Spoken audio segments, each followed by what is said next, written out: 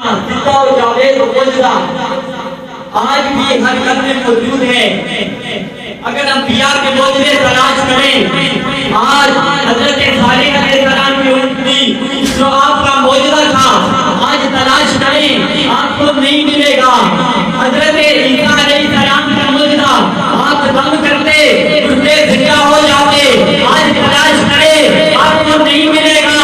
حضرت عیسیٰ علیہ السلام کا معجزہ جو آپ کا عصا مبارک تھا آج تلاش کریں آپ کو نہیں ملے گا. لیکن نبی کا معجزہ قرآن آپ کو ہر گھر میں ملے گا، بچے بچے بچے میں ملے گا. امین محترم کہتے سبحان اللہ، کہتے سبحان اللہ. یہ نبی کریم علیہ السلام کا معجزہ ہے.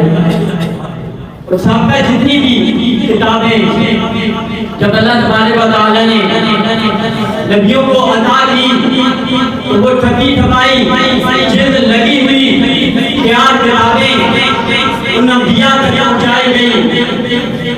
حضرت داؤد علیہ السلام کو جب اللہ تبارک و تعالی نے چاہا کہ کتاب عطا کروں تو آپ نے زبور حضرت جبرائیل علیہ السلام کو کہا کہ اے جبرائیل یہ کتاب لے جاؤ اور حضرت داؤد علیہ السلام کو لے دیں.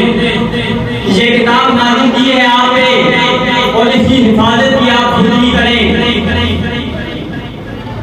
جب تو نازل کرنے کا وقت آیا تو اللہ تبارک و تعالی نے حکم دیا کہ اے جبرائیل یہ تو لے جائیں اور حضرت موسیٰ علیہ السلام کو اور انہیں کہیں کہ رب نے نازل کی ہے اس کی حفاظت آپ خود کریں. لیکن جب مالیہ قرآن تھی تو جبرائیل علیہ السلام کو کہا کہ اے جبرائیل یہ کتاب لے جائیں.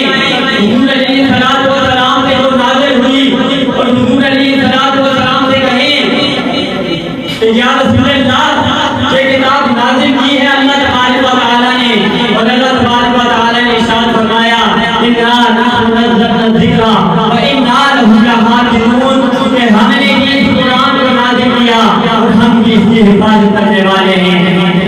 سامعین محترم تمام انبیاء پہ کتابیں ساری کی ساری ایمان نازل ہوئی لیکن حضور علیہ السلام پہ جہاں حضور علیہ السلام ہوتے اللہ تبارک و تعالی وہاں ہی حضور پہ وحی نازل فرماتے. حضور علیہ السلام باتوں پہ تیل لگاتے اللہ تبارک و تعالی وحی بھیجتے والتین والزیتون. حضور علیہ السلام کے چہرے کا ذکر آتا اور اب وہ دعا کے کر ذکر قرآن میں فرماتا. نبی کی زلفوں کا ذکر آیا رب نے واللیل کہہ کر نبی کا ذکر قرآن میں فرمایا. نبی کے چہرے کا ذکر آیا، نبی کے شہر کا ذکر آیا. رب نے لا اقسم بہذا البلد کہہ کر نبی کی اداؤں کو قرآن بنایا. وہ کتاب حضرت جنید بغدادی رحمۃ اللہ علیہ آپ نے اپنے مرید کو بلایا اور اسے ایک صندوق عطا کیا اور حکم دیا کہ اس صندوق کو جا کے دریا میں پھینک دو. سامنے مرید تھا، اس نے صندوق کو لیا اور دریا کے کنارے چلا گیا. شیخ کا حکم تھا جب صندوق کو اس نے دریا میں پھینکا مرید نے تو کیا دیکھا ہے کہ عجیب و غریب معاملہ ہے کہ پانی نے اس صندوق کے لیے اپنی راہیں کھول دی اور بڑی محبت سے اس کو اپنے آغوش میں لیا جس طرح کہ ماں اپنے بچے کو آغوش میں لیتی ہے. مرید بڑا حیران ہوا.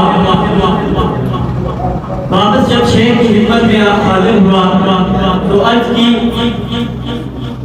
کہ آپ نے مجھے صندوق دیا تھا، جب میں نے پانی میں پھینکا تو عجیب و غریب معاملہ ہوا. پانی نے بڑی آغوش سے اس صندوق کو لے لیا. تو شیخ آپ فرمانے لگے کہ یہ راز تمہیں کبھی نہ بتاتا لیکن یہ عجیب و غریب معاملہ آپ نے دیکھا، اب مجھے بتانا پڑے گا کہ راز کیا ہے. تو حضرت جنید بغدادی رحمۃ اللہ علیہ آپ فرمانے لگے کہ میں نے 12 سال کی محنت سے ایک کتاب لکھی اور پھر 12 سال اس کی گوشت پلک سنبھالتا رہا کوئی ایسا جملہ کوئی ایسا لفظ کو نہیں لکھ دیا جو شریعت کے خلاف ہو پھر 12 سال یہ سوچتا رہا کہ اس کتاب کو امت کو عطا کروں یا نہ کروں حضرت جنید بغدادی رحمۃ اللہ علیہ آپ فرماتے ہیں کہ آج 36 سال گزر گئے میں نے سوچا کہ اے جنید جب تک رب کا کلام موجود ہے امت کو تیری کتاب کی ضرورت نہیں ہے رب کا کلام یہ وہ موضوع ہے اگر جتنا بھی بیان کریں تو وقت کم ہے اور میں دیکھ رہا ہوں آپ نے جن میں روزہ بھی رکھا ہے اور تھکے بیٹھے ہیں میرے بعد خطیب حضرات اور بھی تشریف فرمائیں اللہ تبارک و تعالی سے دعا کرتا ہوں کہ اللہ تبارک